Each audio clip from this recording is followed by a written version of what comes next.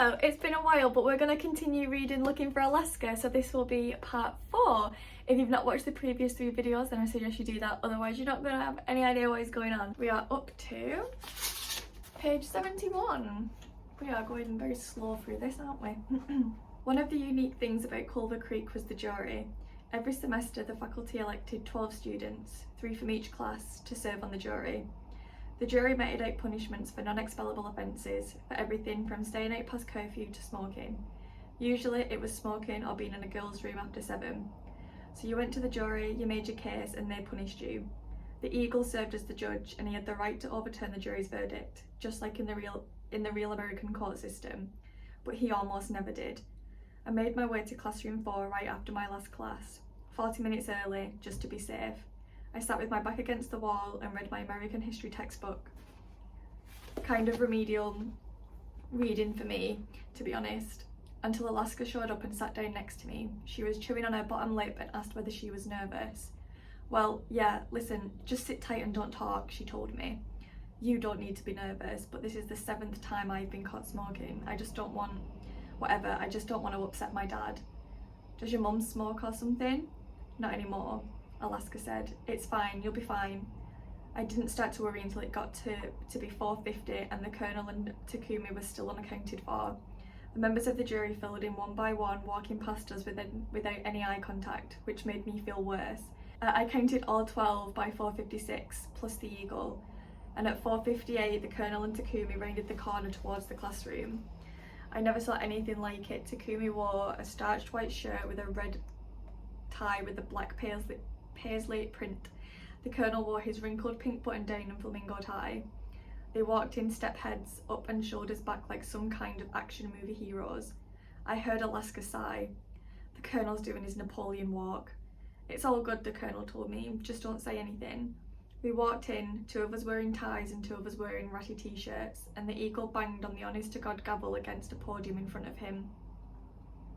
The jury sat in line behind a rectangular table, and at the front of the room by the blackboard were 4 chairs. We sat down and the Colonel explained exactly what happened. Alaska and I were smoking down by the lake. We usually go off campus, but we forgot. We're sorry it won't happen again.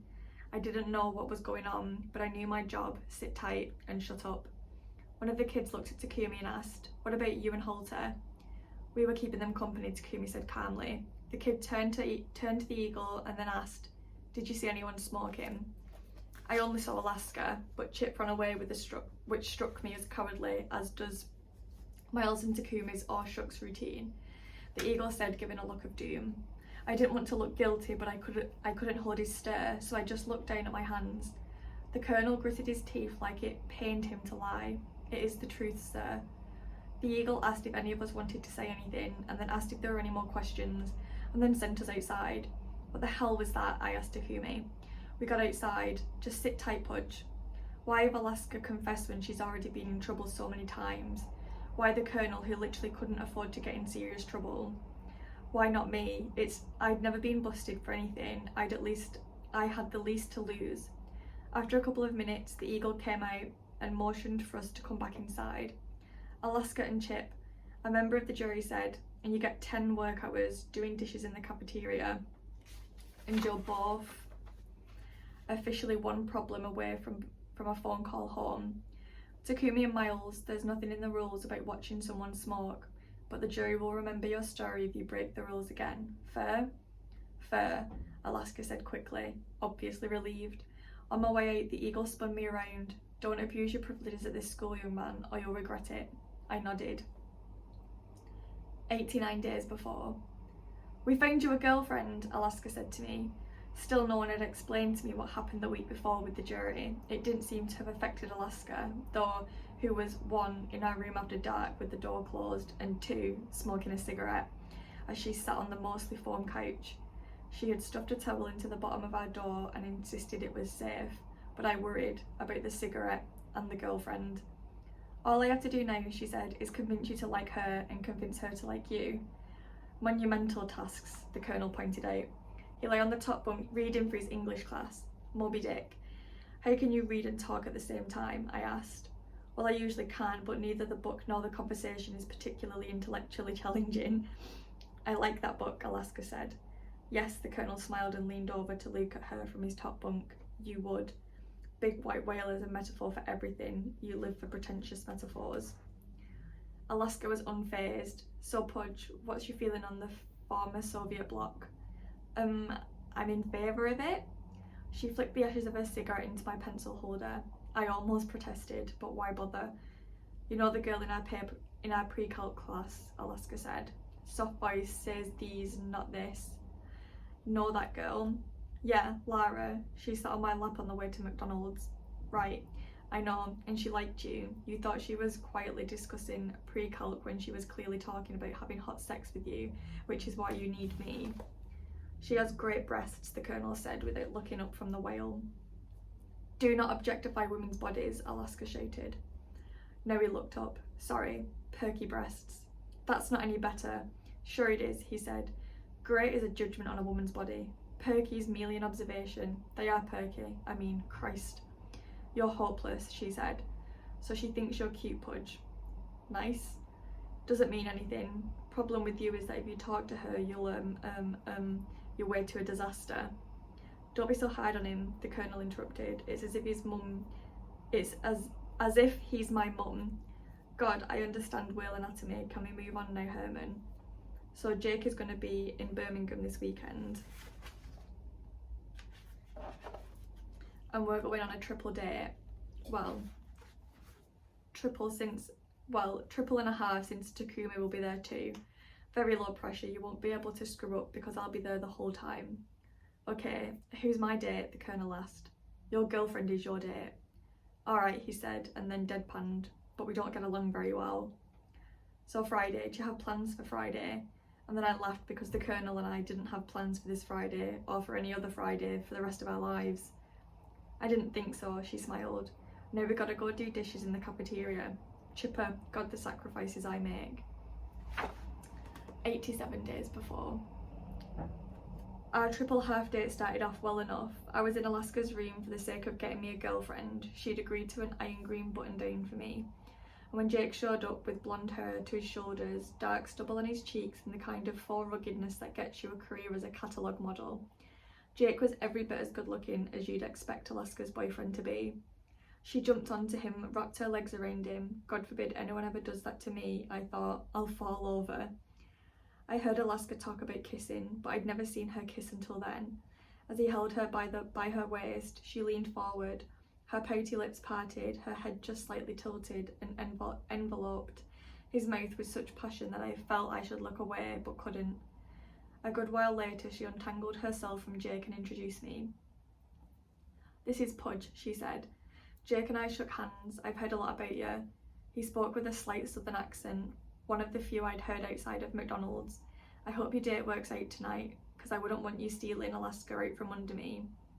God, you're so adorable, Alaska said right before I could answer, kissing him again. I'm sorry, she laughed. I just can't seem to stop kissing my boyfriend. I put on my freshly starched green shirt and three of us gathered up, the Colonel, Sarah, Lara and Takumi, and then walked to the gym to watch up the Culver Creek Nothings take on Hardston Academy, a private day school in Mountain Brook, Birmingham's richest suburb. The Colonel's hatred for Hardston burned with the fire of a thousand suns. The only thing I hate more than rich people, he told me as I walked to the gym, is stupid people, and all the kids at Hardston are rich and they're all too stupid to get into the creek. Since we're supposed to be on a date and all, I thought I'd sit next to Lara at the game, but I tried to walk past a seated Alaska on my way to Lara. Alaska shot me a look and patted the empty spot next to her on the bleachers. I'm not allowed to sit next to my date? I asked. Pudge, one of us have been a girl her whole life, the other of us have never gotten to second base. If I were you, I'd sit down, look cute, and you'll be pleasantly aloof self. Okay, whatever you say. Jake said, that's pretty much my strategy for pleasing Alaska. Oh, she said, so sweet, Pudge. Did I tell you that Jake is recording an album with his band? They're fantastic. They're like Radiohead meets the Flamingo Lips. Did I tell you that I came up with their name? Hickman Territory. And then, realising she was being silly, did I tell you that Jake is hung like a horse and a beautiful, sensual lover? Baby Jesus, Jake smiled, not in front of the kids. I wanted to hate Jake, of course, but as I watched them together, smiling and fumbling all over one another, I didn't hate him. I wanted to be him, sure, but I tried to remember I was ostensibly a date with someone else. Hardston's Academy star player was 6'7" Goliath named Travis Eastman that everyone, even his mother I suspect, called the Beast. The first time the Beast got to free-throw line, the Colonel could not keep himself from swearing while he taunted, "You owe everything to your daddy, you stupid redneck bastard." The Beast turned around and glared, and the Colonel almost got kicked out after the first free throw, but he smiled and the ref said sorry. He smiled at the ref and said sorry. "I want to stay around for a good part of this one," he said to me. At the start of the second half, with the Creek down by a surprisingly slim margin of 24 points and the Beast at the foul line, the Colonel looked at Takumi and said, "It's time." Takumi and the Colonel stood up as the crowd went, "Shh." "I don't know if this is the best time to tell you this," the Colonel shouted at the Beast, "but Takumi here hooked up with your girlfriend just before the game." That made everyone laugh, except the Beast, who turned from free-throw line and walked calmly with the ball towards us. "I think we run now," Takumi said. "I haven't gotten kicked out," the Colonel answered. Later, Takumi said, "I don't know whether it was in general anxiety of being on a date, albeit one with my would-be date sitting 5 people away from me, or the specific anxiety of having the Beast stare in my direction, but for some reason I took off running after Takumi. I thought we were in the clear as we'd begun to round the corner of the bleachers, but then I saw, out of the corner of my eye, a cylindrical orange object getting bigger and bigger, like a fast approaching sun. I thought, I think it's going to hit me. I thought I should duck.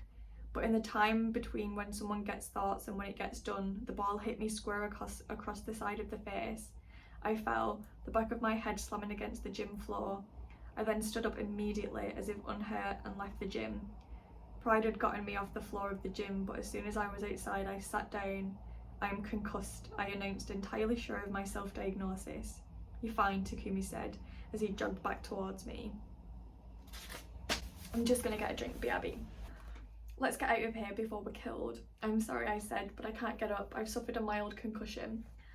Lara ran out and sat down next to me. "Are you okay?" "I'm concussed," I said. Takumi sat down and looked me in the eye. "Do you know what happened to you? The Beast got me. Do you know where you are? I'm on a 3.5 date." "You're fine," Takumi said. "Let's go." And then I leaned forward and threw up onto Lara's pants. I can't say why I didn't lean backwards or to the side. I leaned forward and aimed my mouth towards her jeans, a nice butt-flattering pair of jeans. The kind of pants a girl wears when she wants to look nice but not like she's trying to look too nice. I threw up all over them. Mostly peanut butter, but also clearly some corn. "Oh," she said, surprised and slightly horrified. "Oh God," I said. "I'm so sorry." "I think you might have concussion," Takumi said, as if the idea had never been suggested. "I am suffering from the nausea and dizziness typically associated with a mild concussion," I recited, while Takumi went to the Eagle and Lara, changed pants. While Takumi went to get the Eagle and Lara changed pants, I lay on the concrete sidewalk.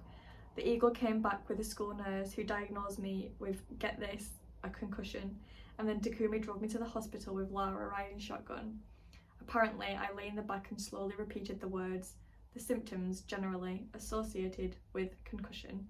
So I spent my day at the hospital with Lara and Takumi. The doctor told me to go home and sleep a lot, but to make sure I have someone wake me up every 4 hours or so. I vaguely remember Lara standing in the doorway, the room dark and the outside dark, and everything mild and comfortable, but sort of spinny. The world pulsing as if the heavy bass beat, and I vaguely remember Lara smiling at me from the doorway. The glittering ambiguity of a girl's smile which seems to promise an answer to the question but never gives it. The question. The one we've all been asking since girls stopped being gross. The question that is too simple to be uncomplicated. Does she like me or like me? And then I fell deeply, endlessly asleep and slept until 3 in the morning when the Colonel woke me up. "She dumped me," he said. "I am concussed," I responded. "So I heard, hence my waking you up. Video games?" "Okay, but keep it on mute, my head hurts." "Yeah, heard you puked on Lara," very suave. "Dumped?" I asked, getting up. "Yeah, Sarah told Jake that I had a hard-on for Alaska." Those words, in that order. And I was like, "Well, I don't have a hard-on for anything at this moment. You can check if you'd like." And Sarah thought I was being too glib, I suppose, because she said she knew for a fact I'd hooked up with Alaska, which, incidentally, is ridiculous. "I don't cheat," he said, and finally finished the game. and the game finally finished loading. I half listened as I drove to stock car in circles around a silent track in Talladega? Is that a word? Talladega? The circles nauseated me, but I kept at it. So Alaska went ballistic, basically. He affected Alaska's voice then, making it more shrill and headache-inducing than it was actually. No woman should ever lie about another woman. You violated the sacred covenant between women. How will stabbing one another in the back help women to rise above the patriarchal oppression, and so on. And then Jake came to Alaska's defense saying that she would never cheat because she loved him, and I was like, don't worry about Sarah, she just likes bullying people. And then Sarah asked me why I never stood up for her, and somewhere in there I called her a crazy bitch, which didn't go over particularly well. And then the waitress asked us to leave, and so we're standing in the parking lot and I said, I've had enough, and just stared at her, and she said, our relationship is over. He stopped talking then. Our relationship is over, I repeated. I felt very spacey and thought it was just best to repeat the last phrase of whatever the Colonel said so he could keep talking. Yeah, so that's it. You know what's lame Pudge. I really care about her. I mean, we were hopeless, badly matched, but still, I mean, I said I loved her. I lost my virginity to her. You lost your virginity to her?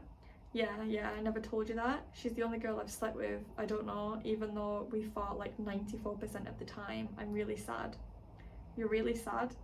Sadder than I thought I'd be anyway. I mean, I knew it was inevitable. We haven't had a pleasant moment this whole year, ever since I got here. I mean, we were just on each other relentlessly. I should have been nicer to her, I don't know. It's sad. It is sad, I repeated. I mean, it's stupid to miss someone you didn't even get along with, but I don't know. It was nice, you know, having someone you could always fight with. Fighting, I said, and then confused, barely able to drive, I added, is nice. Right, I don't know what I'll do now. I mean, it was nice to have her. I'm a mad guy, Pudge. What do I do with that? You can fight with me, I said. I put my controller down and leaned back on our foam couch and was asleep. As I drifted off, I heard the Colonel say, I can't be mad at you, you harmless skinny bastard. 84 days before. 3 days later, the rain began. My head still hurt and the sizable knot above my left temple looked, the Colonel thought, like a miniaturized topographical map of Macedonia, which had not previously known was a place, let alone a country. And as the Colonel and I walked over the parched, half-dead grass that Monday, I said, I suppose we could use some rain. And the Colonel looked up at the low clouds forming and coming in fast and threatening.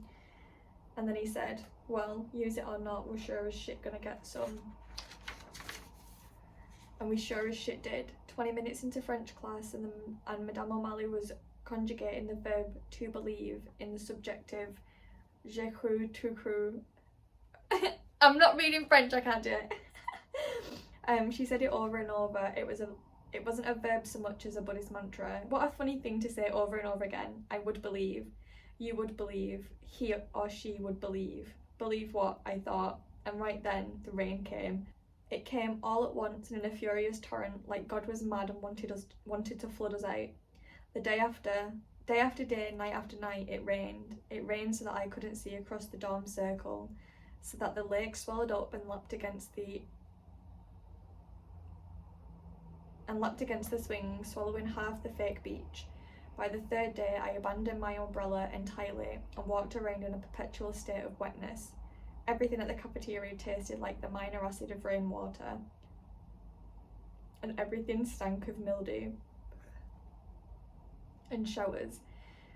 Everything stank of mildew, and showers became ludicrously inappropriate because the whole goddamn world had better water pressure than the showers, and the rain made hermits of us all.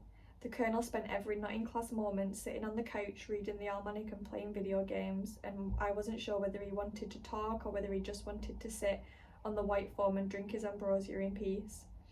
After the disaster that was our day, it felt best not to speak to Lara under any circumstances, lest I suffer a concussion and or attack of puking, even though she'd told me in pre-calc the next day that it was no big deal. And I saw Alaska only in class and could never talk to her because she came to every class late and left the moment the bell rang. Before I could even cap my pen and close my notebook on the 5th evening of the rain, I walked into the cafeteria, fully prepared to go back to my room and eat reheated burrito for dinner. If Alaska and Takumi weren't eating, I knew full well the Colonel was in room 43, dining on milk and vodka. But I stayed because I saw Alaska sitting alone. Her back to the rain-streaked window, I grabbed a heaped plate of fried orca and sat down next to her. God, it's like it'll never end, I said, referring to the rain. Indeed, she said. Her wet hair hung from her head and mostly covered her face. I ate some, she ate some. How have you been? I finally asked.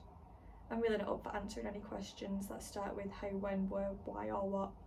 What's wrong? I asked. That's a what. I'm not doing what's right now. Alright, I should go. She pursed her lips and exhaled slowly, like the way Colonel blew out smoke. What? And then stopped myself and reworded. Did I do something? I asked. She gathered her tray and stood up before answering. Of course not, sweetie. Her sweetie felt condescending, not romantic. Like a boy enduring his first biblical rainstorm couldn't possibly understand her problems, whatever they were. It took a sincere effort not to roll my eyes at her, though she wouldn't have even noticed as she walked out of the cafeteria with her hair dripping over her face. I feel better, the Colonel told me on the 9th day of the rainstorm as he sat down next to me in religion class. I had an epiphany. Do you remember the night when she came to the room and I was a complete and total bitch? Yeah, the opera, the flamingo tie. Right, what about it? I asked. The Colonel pulled out a spiral notebook, the top half which was soaking wet, and pulled the pages apart until he found his place. That was the epiphany. She's a complete and total bitch. Hyde hobbled in, leaning heavily on Black Cane as he made his way towards his chair. He drily noted, My trick knee is warning me that we might have some rain, so prepare yourselves. He stood in front of his chair, leaned back cautiously, grabbed it with both hands and collapsed into the chair with a series of quick, shallow breaths, like a woman in labour. Although it isn't due for more than 2 months, you'll be receiving your paper topic for this semester today. Now, I'm quite sure that you've all read the syllabus for this class with such frequency and seriousness that by now you've committed it to memory. He smirked. But a reminder that this paper is 50% of your grade. I encourage you to take it seriously. Now, about this Jesus fellow. Hyde talked about the Gospel of Mark, which I hadn't read until the day before. Although I was a Christian, I guess, I'd been to church like 4 times, which is more frequently than I had been to a mosque.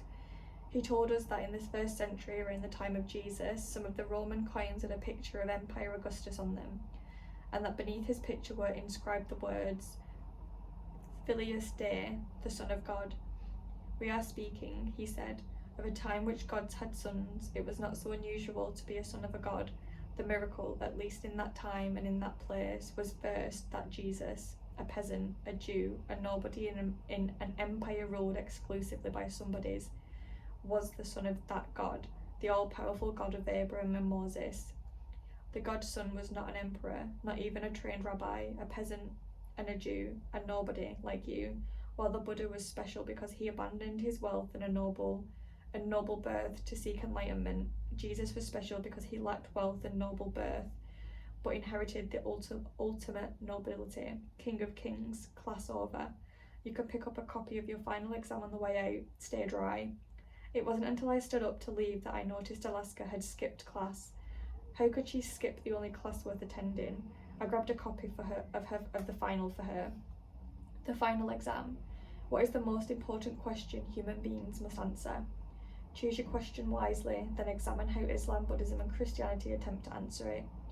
I hope the poor bastard lives the rest of the school year. The Colonel said as we jogged home through the rain, because I'm starting to enjoy that class. What's your most important question? After 30 seconds of running, I was already winded. What happens to us when we die? Christ, Pudge, if you don't stop running, you're going to find out. He slowed to walk. My question is, why do good people get rotten lots in life? Holy shit, is that Alaska? She was running at as full speed as she was screaming, but I couldn't hear her over the pounding rain until she was so close to us that I could see her spit flying. The fuckers flooded my room. They ruined like 100 of my books. Goddamn pissant weekday warrior shit. Colonel, they poked a hole in the gutter and connected a plastic tube from the gutter down through my back window into my room. The whole place is soaking wet. My copy of The General and His Labyrinth is absolutely ruined. That's pretty good, the Colonel said, like an artist admiring another's work. Hey, she shouted. Sorry, don't worry, dude, he said. God will punish the wicked, and before he does, we will. 66 days before. So this is how Noah felt. You wake up in the morning and God has forgiven you, and you walk around squinting all day because you've forgotten how sunlight feels, warm and rough against your skin, like a kiss on the cheek from your dad. And the whole world is brighter and cleaner than ever before, like Central Alabama has put in the washing machine for 2 weeks. And cleaned with extra super strength detergent with colour brightener. I know the grass is greener and the burritos are crunchier. I stayed by the classroom that afternoon, lying on my stomach in the newly dry grass and reading for American history, the Civil War, or, as it was known in these parts, the war between the states. To me it was the war that spawned 1,000 good last words, like General Albert Sidney Johnston, who when he was injured answered, yes, and I fear seriously. Or Robert E. Lee, who many years after the war, in a dying delirium, announced, strike the tent. I was mulling over why the Confederate generals had better last words than the Union ones. Ulysses S. Grant's last word, water, was pretty lame. When I noticed a shadow blocking me from the sun, it had been some time since I'd seen a shadow, it startled me a bit. I looked up. I brought you a snack, Takumi said, dropping an oatmeal cream pie onto my book. Very nutritious, I smiled. You've got your oats, you've got your meal, you've got your cream, it's a fucking food pyramid. Hell yeah it is. And then I didn't know what to say. Takumi knew a lot about hip-hop, and I knew a lot about last words and video games. Finally, I said, I can't believe those guys flooded Alaska's room. Yeah, Takumi said, not looking at me.